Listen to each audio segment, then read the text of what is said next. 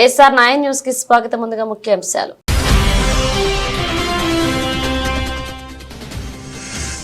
America టూర్లో జెలెన్స్కీతో ప్రధాని మోదీ భేటీ. Ukraine సంక్షోభాన్ని పరిష్కరించేందుకు భారత్ సహాయం చేసేందుకు సిద్ధంగా ఉందన్న మోదీ.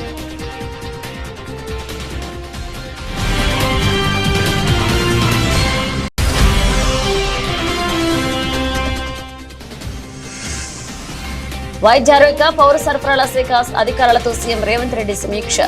కుటుంబ డిజిటల్ కార్డుల జారీకి కార్యాచరణ చేపట్టాలన్న సీఎం.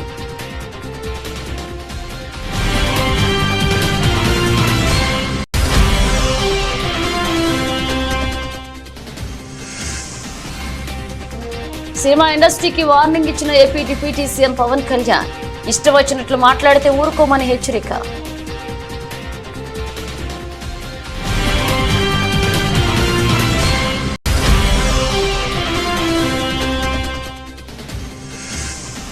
గవర్నర్ జిష్ణుదేవ్ వర్మను కలిసిన మంత్రి సీతక్క. ములుగు మున్సిపాలిటీ బిల్లుతో పాటు పెండింగ్ లో ఉన్న బిల్లులకు ఆమోదం తెలపాలని కోరిన మంత్రి.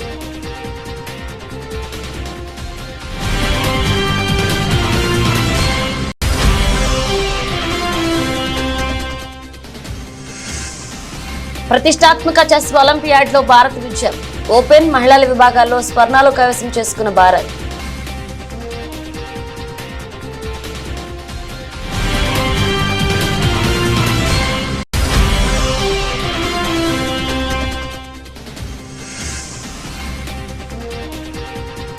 ఫస్ట్ టైం 85,000 మార్కులు దాటిన సెన్సెక్స్ 26,000కు చేరువలో నిఫ్టీ.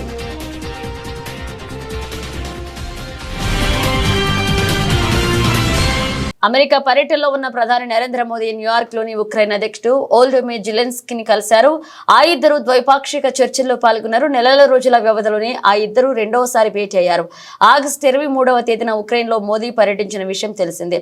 రష్యాతో జరుగుతున్న యుద్ధాన్ని నిలిపివేసేందుకు తగిన చర్యలు తీసుకోనున్నట్లుగా ఆ సమయంలో మోదీ హామీ ఇచ్చారు. తాజాగా న్యూయార్క్ లో జరుగుతున్న summit of the future meeting లో కలిశారు. ఇటీవలే జరిగిన భేటీ గురించి ఇద్దరు మాట్లాడుకున్నారు. ద్వైపాక్షిక సంబంధాల సంతోషం వ్యక్తం చేసుకున్నారు.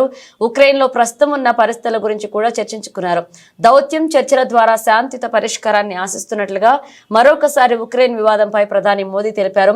సంక్షోభాన్ని పరిష్కరించేందుకు భారత్ సహాయం చేసేందుకు సిద్ధంగా ఉన్నట్లుగా మోదీ చెప్పారు. గడిచిన 3 నెలల్లో మోదీ జెలెన్స్కీ కలుసుకోవడం ఇది 3వసారి.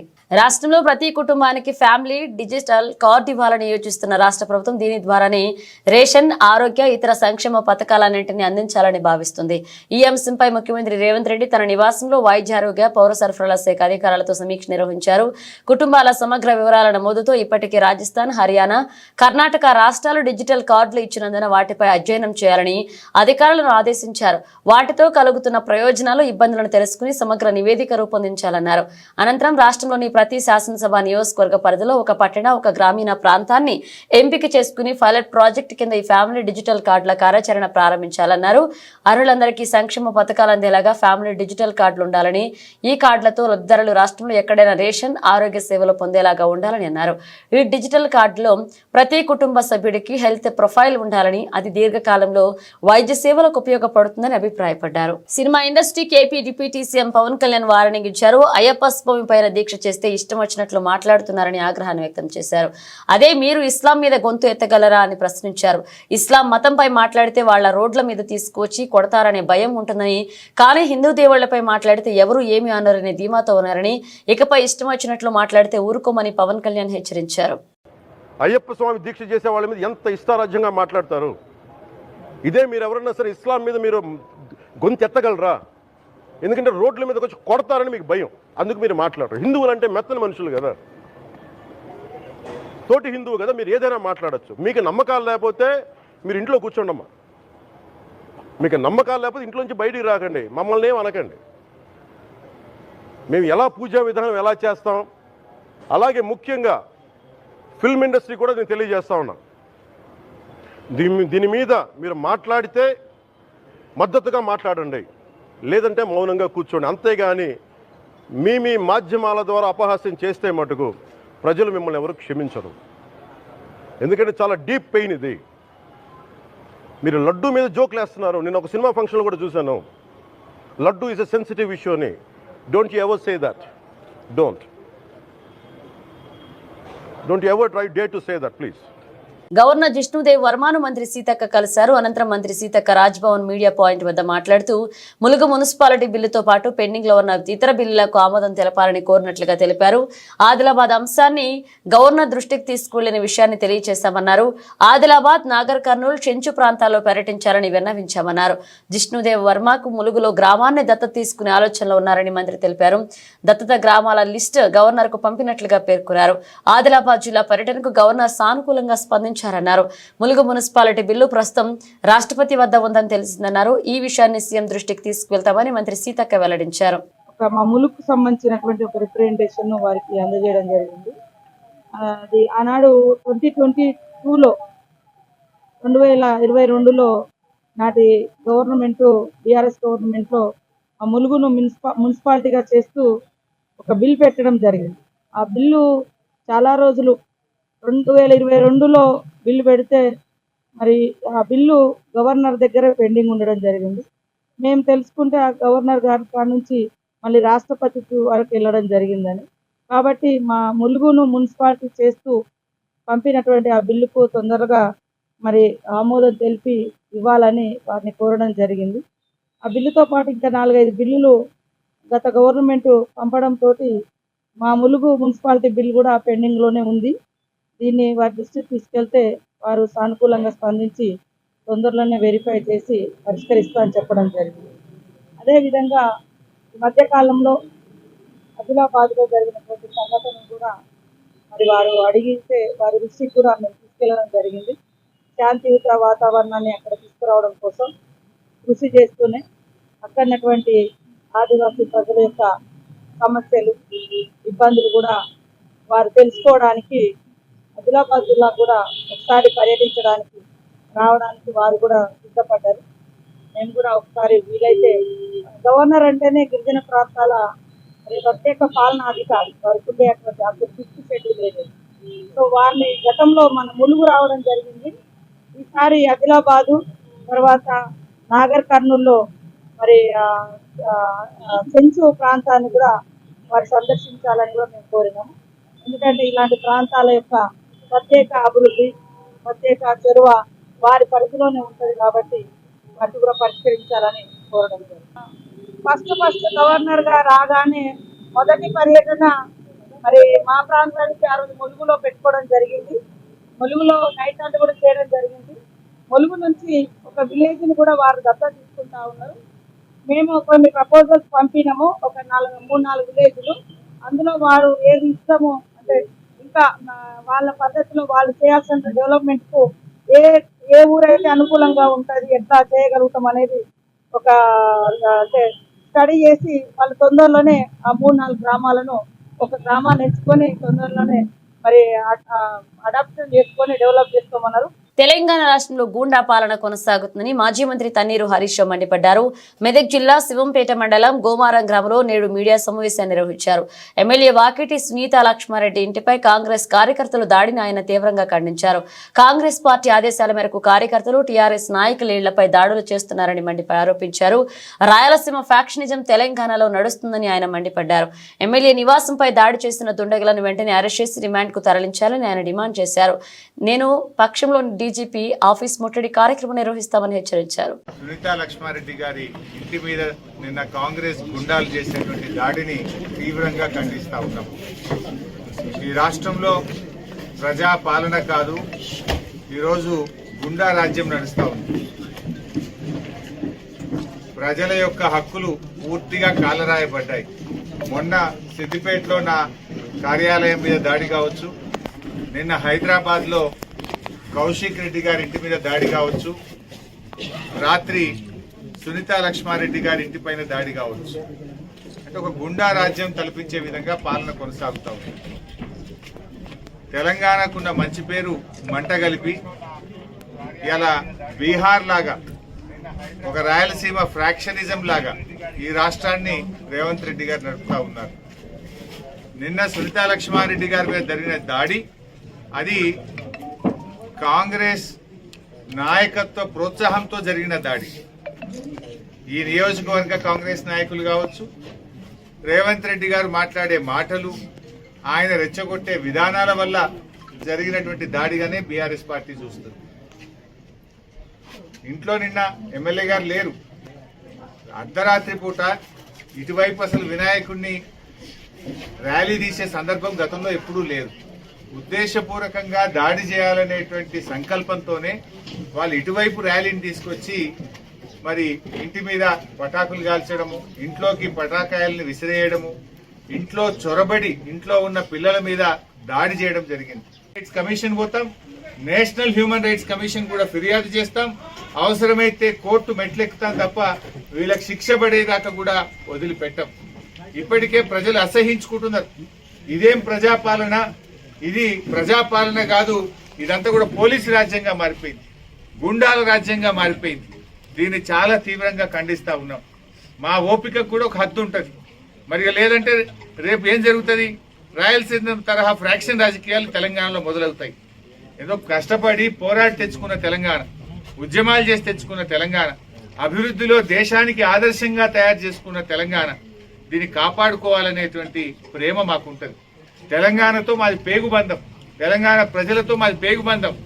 మీరేదో అదృష్టం కొద్ది ముఖ్యమంత్రి అయింది, కానీ ఈ తెలంగాణ పరపతిని పేరును దెబ్బతీయకండి. లా అండ్ ఆర్డర్ మెయింటైన్ చేయండి, తప్పు చేసిన వారిని శిక్షించండి. గోమారం ఘటన మీద ఉన్నత స్థాయి విచారణ జరిపి తక్షణమే వాళ్ళను నాన్ బెయిలబుల్ సెక్షన్స్ పెట్టి అరెస్ట్ చేయాలని చెప్పి మేము డిమాండ్ చేస్తున్నాం. డాక్టర్ బిఆర్ అంబేద్కర్ కోనసీమ జిల్లా పి గన్నవరం నియోజకవర్గంలో అంబేద్కర్ చిత్రపటాన్ని అవమానించిన ఉండి ఎమ్మెల్యే రఘురామకృష్ణంరాజును తక్షణం బర్తరఫ్ చేయాలంటూ దళిత సంఘాల ఆందోళన చేపట్టాయి. పి గన్నవరం 3 రోడ్ జంక్షన్ లో నిరసన తెలిపారు దళితులు. రఘురామకృష్ణంరాజుపై చర్యలు తీసుకోవాలని డిమాండ్ చేశారు. ఆందోళనకారులు రఘురామకృష్ణంరాజు ఫోటోలు తగలపెట్టారు. అలాగే కాకినాడ రంగరాయ కళాశాల వైద్యులపై దురుసుగా ప్రవర్తించి పురుష పదాజలంతో దూషించిన కాకినాడ రూరల్ ఎమ్మెల్యే పంతం నానాజీని పదవి నుంచి సస్పెండ్ చేయాలని జనసేన పార్టీ అధినేత పవన్ కళ్యాణ్ ని దళిత సంఘాలు డిమాండ్ చేశాయి. తక్షణమే కేసు నమోదు చేసి చట్ట ప్రకారం చర్యలు తీసుకోవాలని P Gannavaram MRO sub inspector కు దళిత సంఘాలు వినతి పత్రం అందజేశారు. బాబాసాహెబ్ అంబేద్కర్ గారు రాసినటువంటి రాజ్యాంగం ద్వారాగానే ఈవేళ ప్రభుత్వ పాలనలు జరుగుతున్నాయి, ఈవేళ చట్టాలు జరుగుతున్నాయి, ఈవేళ శాసనసభ అవని పార్లమెంట్ లో అవని ఇవన్నీ కూడా బాబాసాహెబ్ అంబేద్కర్ గారి యొక్క రాసిన రాజ్యాంగ భిక్షతో నడుస్తుంటుంటే అదే యొక్క రాజ్యాంగం ద్వారాగా మరి ఈరోజు ఎమ్మెల్యే పదవికి వచ్చినటువంటి వ్యక్తి మరి ఆయన మీద ఎంత దురుద్దేశమైనటువంటి దుర్మార్గమైనటువంటి ఆలోచన మరి రఘురామకృష్ణరాజుకు ఉన్నదంటే మీరందరికీ చూశారు. మరి అతను చాలా దుర్మార్గంగానో ఏదో చేతకాని లాగానో కుర్రవాడి లాగానో ఒక చట్టసభలోకి వెళ్ళే వ్యక్తిలాగా ప్రవర్తించలేదు. ఏదో రౌడీ లాగానే ఒక వీధి రౌడీ లాగా ప్రవర్తించిన వ్యక్తి. మరి ఆయన ఈ యొక్క భారతదేశంలో పుట్టి మరి రిజర్వ్ బ్యాంక్ కి ఎకరాన్ని పెట్టినటువంటి దొంగ. అలాగే కాకోకుండా చాలా వ్యభిచారి కూడా అతను. అలాంటి వ్యక్తి బాబాసాహెబ్ అంబేద్కర్ గారిని ముట్టుకోవడానికే అర్హత లేని వ్యక్తి. ఈవేళ ఆయన అసెంబ్లీకి వెళ్ళలేని వ్యక్తి. కానీ పరిస్థితులు చాలా ఎట్లా తయారయ్యాయి అంటే దుర్మార్గంగా రాజ్యాన్ని వెళ్తున్నట్టుగా కలియుగం అనేది వస్తుంది. అలాంటి పరిస్థితుల్లో ఇతను మరి వాళ్ళ శాసనసభకి ఎంపికయ్యాడు. అలాంటి వ్యక్తిని మరి ఇప్పుడు ఉన్నటువంటి చంద్రబాబు నాయుడు గారు ఏంటంటే ఎక్కడో ఆదిమూలరావు గారిని ఏదో చిన్న విషయంలోనే పార్టీ నుంచి సస్పెండ్ చేయడం జరిగినది. మరి ఇలా దేశాల్లోనూ ఒక ప్రపంచ మేధావిని అవమానించిన వ్యక్తి మరి అతని మీద చంద్రబాబు నాయుడు గారి మీద ఇమ్మీడియట్ గా పార్టీ నుంచి సస్పెండ్ చేయాలి, ఎమ్మెల్యే పదవి నుంచి రద్దు చేయాలి, అతన్ని అసెంబ్లీకి మెట్టెక్కనో కూడా చేయాలి. చేసిన రోజునే ఇవాళ అంబేద్కర్ గారికి నిజమైనటువంటి ఘనమైనటువంటి నివాళులిచ్చారని మనం అనుకుంటాం. స్వచ్ఛ భారత్ స్వచ్ఛ తెలంగాణ కార్యక్రమంలో భాగంగా పరిసరాలను పరిశుభ్రంగా ఉంచుకోవడంలో ప్రజల క్రియాశీలకంగా భాగస్వాములు కావాలని మంత్రి పొన్నం ప్రభాకర్ కోరారు. సిద్దిపేట జిల్లా హుస్నాబాద్ ఎల్లమ్మ చెరువు కట్ట వద్ద గణేష్ నిమజ్జన వ్యర్థాలను మున్సిపల్ అధికారులతో కలిసి తొలగించారు. గణేష్ నవరాత్రి ఉత్సవాలను రాష్ట్ర వ్యాప్తంగా భక్తి శ్రద్ధలతో జరుపుకున్నామని, ఆ ఉత్సవాల నిమజ్జనం చేయడంతోనే ముగియలేదన్నారు. గణేష్ విగ్రహాలను ఏ జలాశయాలు చెరువులోని వ్యర్థాలను మనం అక్కడి నుంచి తొలగించినప్పుడే గణేష్ ఉత్సవాలు పరిపూర్ణం అవుతాయన్నారు.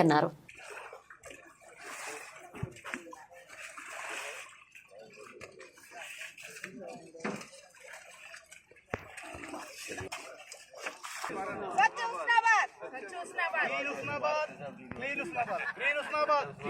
రాష్ట్ర వ్యాప్తంగా గణేశుడి నవరాత్రి వేడుకల్ని భక్తి శ్రద్ధలతో అత్యుత్సాహంగా సాంప్రదాయ పద్ధతుల్లో జరుపుకున్నాం. నవరాత్రుల తర్వాత ఊరేగింపులుగా జరిపి నిమజ్జనం కూడా చేయడం జరిగింది.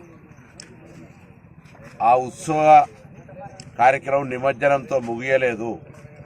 నిమజ్జనం తదుపరి కూడా వాటికి సంబంధించి మనం ఏ చెరువులనైతే ఏ జలాశయంలో అయితే తీసినామో అక్కడి నుంచి ఆ వ్యర్థాలను తొలగించినప్పుడే మన యొక్క గణేష్ నవరాత్రి ఉత్సవాల పరిపూర్ణత వస్తుంది. కాబట్టి తెలంగాణ వ్యాప్తంగా కూడా దయచేసి గణేష్ మండప నిర్వాహకులు ఎవరెవరైతే గణేష్ మండపాల నిర్వహణలో క్రియాశీలకంగా భాగస్వాములైనరో వాళ్ళే ఈరోజు మీ ప్రాంతంలో స్వచ్ఛ భారత్లో భాగంగా, స్వచ్ఛ తెలంగాణలో భాగంగా మీ వాడ మీ ఊరు బాగుండే విధంగా మీరే స్వయంగా పూనుకొని ఎక్కడైతే ఈ జలాశయాల లోపల గణేష్ నిమజ్జనాలు అయినాయో వాటి వ్యర్థాలను తొలగించే అంశం కావచ్చు, లేదా మీ ప్రాంతాల్లో మీ చుట్టుపక్కల పరిసరాల్లో ఈ సీజనల్ వ్యాధులు రాకుండా ఉండే విధంగా అవసరమైనటువంటి పరిశుభ్రమైన కార్యక్రమాలు శుభ్రంగా ఉంచుకోవడానికి సామాజికంగా గాంధీజీ ఇచ్చినటువంటి సూత్రానికి అనుగుణంగా మన పరిసరాలు మనమే పరిశుభ్రంగా ఉంచుకుందామనే విధంగా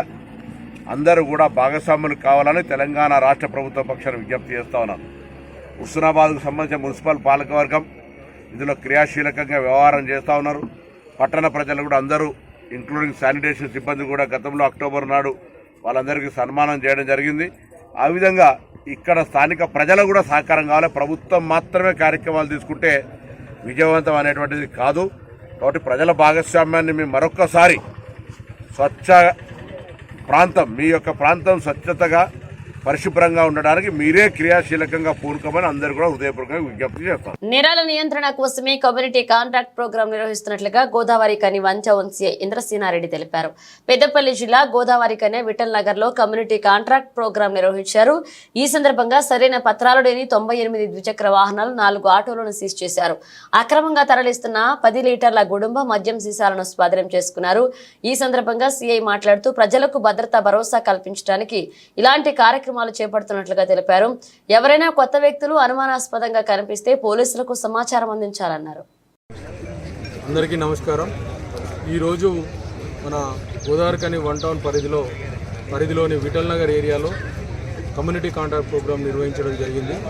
ఇక్కడ ఎక్కువ మంది సింగరేణి ఎంప్లాయీస్, అదేవిధంగా సింగరేణిలో లేబర్ పని చేసుకునే వాళ్ళు వివిధ జిల్లాల నుంచి వివిధ రాష్ట్రాల నుంచి వచ్చి ఇక్కడ ఉంటారు కాబట్టి వారి యొక్క ఎవరున్నారు ఇక్కడ ఏంది అని చెక్ చేయడం జరిగింది.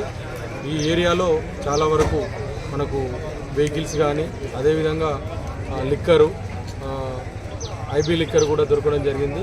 10 లీటర్ల కుటుంబ కూడా మనం ఇక్కడ పట్టుకోవడం జరిగింది. కాబట్టి ఈ ఏరియాలో ఉన్న ప్రజలకు ముఖ్యంగా తెలియజేసేది, ఎవరైతే మీరు మీ ఇండ్లను రెంట్కి ఇస్తూ ఉన్నారో ఖచ్చితంగా ఆ రెంట్కి తీసుకునే పర్సన్స్ ఎవరనేది మనం చెక్ చేసుకోవాలి. వాళ్ళ యొక్క ఐడి ప్రూఫ్స్ కూడా ఖచ్చితంగా కలెక్ట్ చేసుకోవాలి. అదేవిధంగా ఈ సైబర్ నేరాలపైన, సోషల్ మీడియాలో వచ్చే సమస్యల పైన, సైబర్ నేరాలకు సంబంధించి ఏ విధంగా ఫ్రాడ్స్ జరుగుతున్నాయి అని పబ్లిక్ తెలియజేయడం జరిగింది.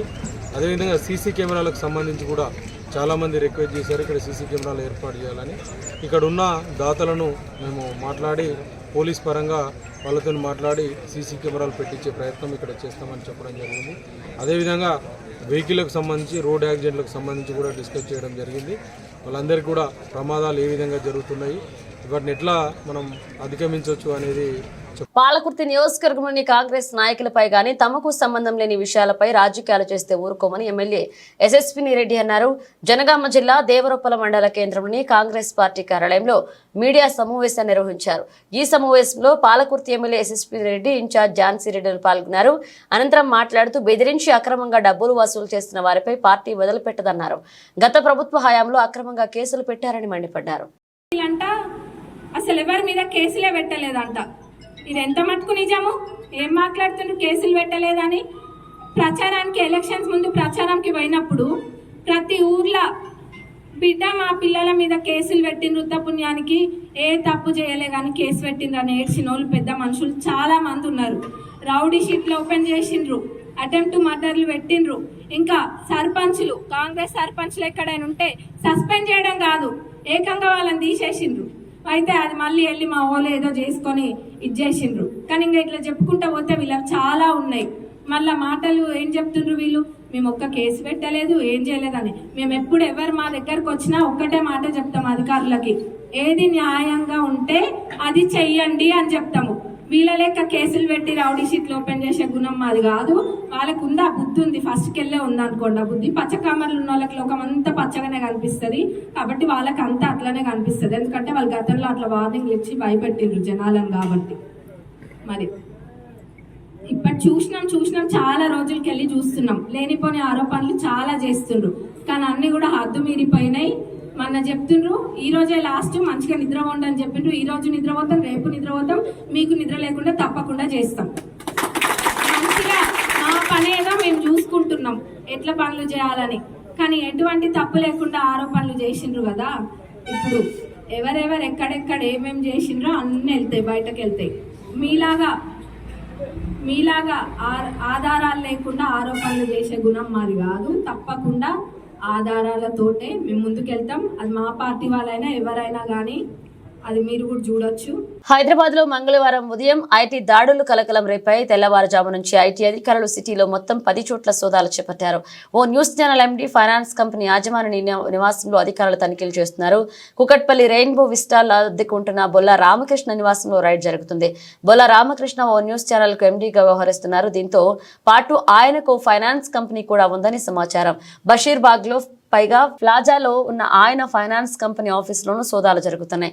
సదరు బిల్డింగ్ లోని 2, 3, 4 అంతస్తులోని ఐటీ అధికారులు ఎవరిని అనుమతించడం లేదు. దీంతో పాటు మొత్తంగా 10 చోట్ల అధికారులు సోదాలు చేస్తున్నట్లుగా సమాచారం. విజయవాడ కుమ్మరిపాలెం సెంటర్లో ఉద్రిక్త నెలకొంది. తమపై పోలీసులు లాఠీ చార్జ్ చేయడాన్ని నిరసిస్తూ వరద బాధితులు రోడ్డుపై బైఠాయించి ఆందోళన చేపట్టారు. తమకు న్యాయం చేయాలని నిరసన చేస్తుంటే తమపై లాఠీ చార్జ్ చేయడం దారుణమంటూ బాధితులు వాపోయారు. దగ్గరే ఉండి DCP Ramakrishna, ACP Durgarao, CA ఉమామహేశ్వరతో లాఠీ చార్జ్ చేయించారని బాధితులు ఆరోపించారు. మునిగిపోయి మేము నానా ఇదైపోయి సామానులు అన్ని పోయి తిండికి లేక నానా ఇబ్బందులు పడుతున్నాం. మాకు నీళ్లు రాలేదని జనాలు చెప్పారండి. మేము ఎలా బతకాలి? అసలు మాకు నీళ్లు లేవు. నీళ్లు రాలేదని చెప్పిన వాళ్ళు ఎవరో తెలియట్లేదు. అందరికీ సామాను పోయి అన్ని పోయి నానా బేపత్యం అయిపోయాం. మేము ఎలాగున్నామో ఎవరు పట్టించుకోవాలా. ఓట్లు కావాల్సినప్పుడు అందరూ వస్తున్నారు, మా గురించి ఎవరు పట్టించుకోవట్లేదు.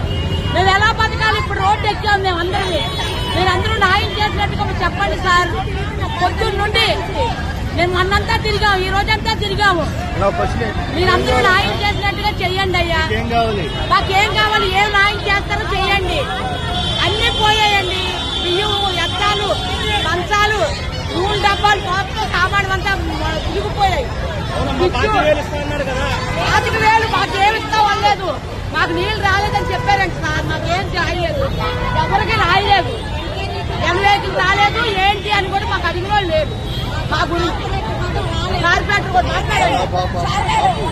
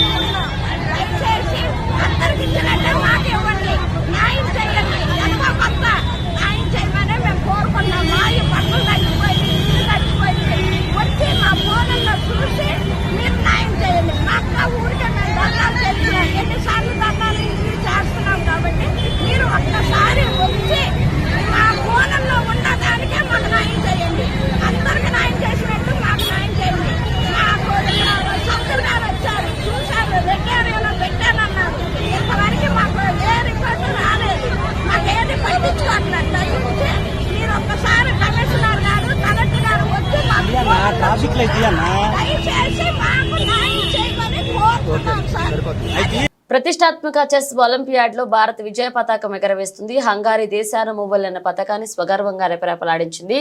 ఇన్నాళ్లు అందరినీ ద్రాక్షగా ఊరిస్తూ వచ్చిన ఒలింపియాడ్ లో పసిడి పతక ధమాకాతో కొత్త చరిత్ర లిఖించింది. ఓపెన్ మహిళల విభాగాల్లో స్వర్ణాలు కైవసం చేసుకుని భారత్ సత్తా చాటింది. ఈ చారిత్రాత్మక విజయంతో మన తెలంగాణకు చెందిన ఇరిగేసి అర్జున్ అద్భుత ప్రదర్శనతో అదరకొట్టారు. దేశానికి పసిడి పతకం అందించడం ఏకైక లక్ష్యంగా పెట్టుకున్న ఈ ఓరుగల్లు ముద్దుబిడ్డ అనుకున్నది సాధించాడు. వరుస విజయాలతో ప్రత్యర్థుల పాలిట సింహ స్వప్నంలా నిలుస్తూ చిరకాల కలను సాకారం చేయడంలో కీలకమయ్యాడు. రౌండ్ కు గెలుపు వాడిని పెంచుకుంటూ పోయిన అర్జున్ వ్యక్తిగత స్వర్ణం సహా టీమ్ ఈవెంట్లో పసిడి కొల్లగొట్టి ఔరా అనిపించాడు.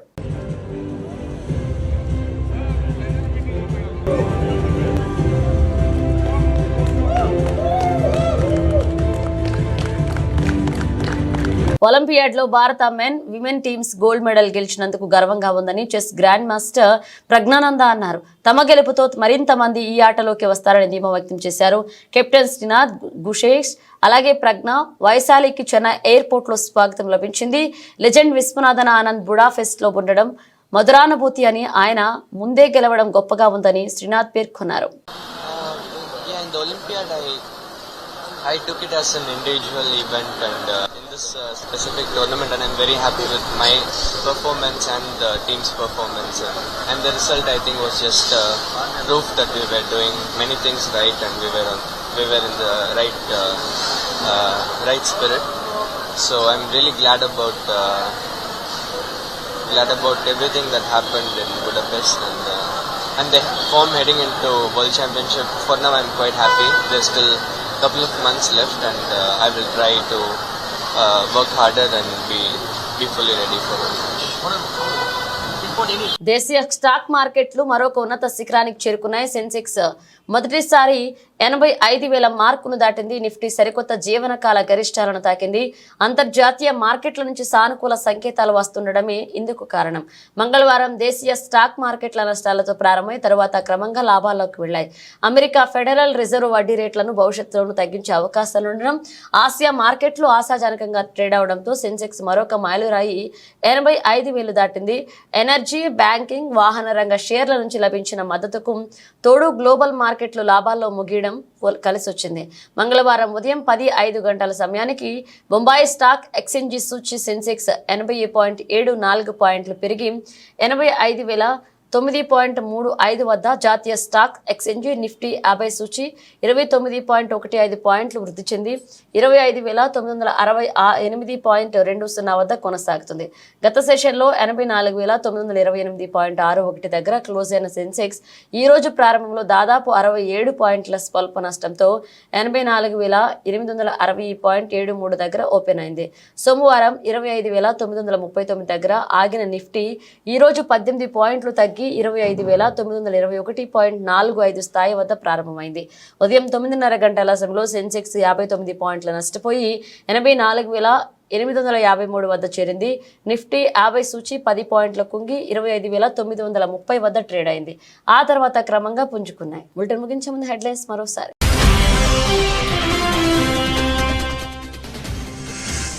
అమెరికా టూర్లో జెలెన్స్కీతో ప్రధాని మోదీ భేటీ. ఉక్రెయిన్ సంక్షోభాన్ని పరిష్కరించేందుకు భారత్ సహాయం చేసేందుకు సిద్ధంగా ఉందన్న మోదీ.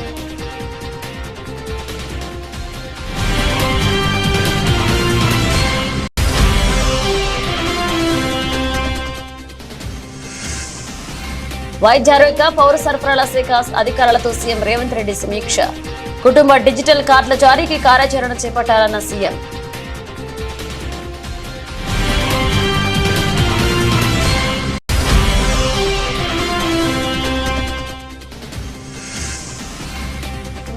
సినిమా ఇండస్ట్రీకి వార్నింగ్ ఇచ్చిన AP deputy CM Pawan Kalyan. ఇష్టం వచ్చినట్లు మాట్లాడితే ఊరుకోమని హెచ్చరిక.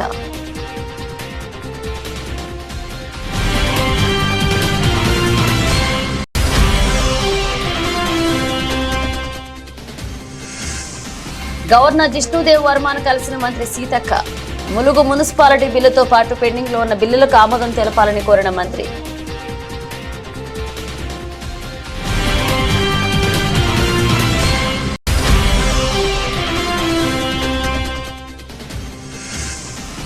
ప్రతిష్టాత్మక చెస్ ఒలింపియాడ్ లో భారత్ విజయం.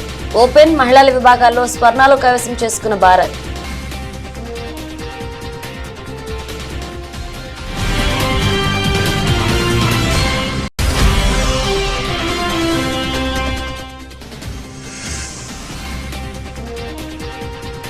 ఫస్ట్ టైం 85,000 మార్కును దాటిన సెన్సెక్స్ 26,000కు చేరువలో నిఫ్టీ.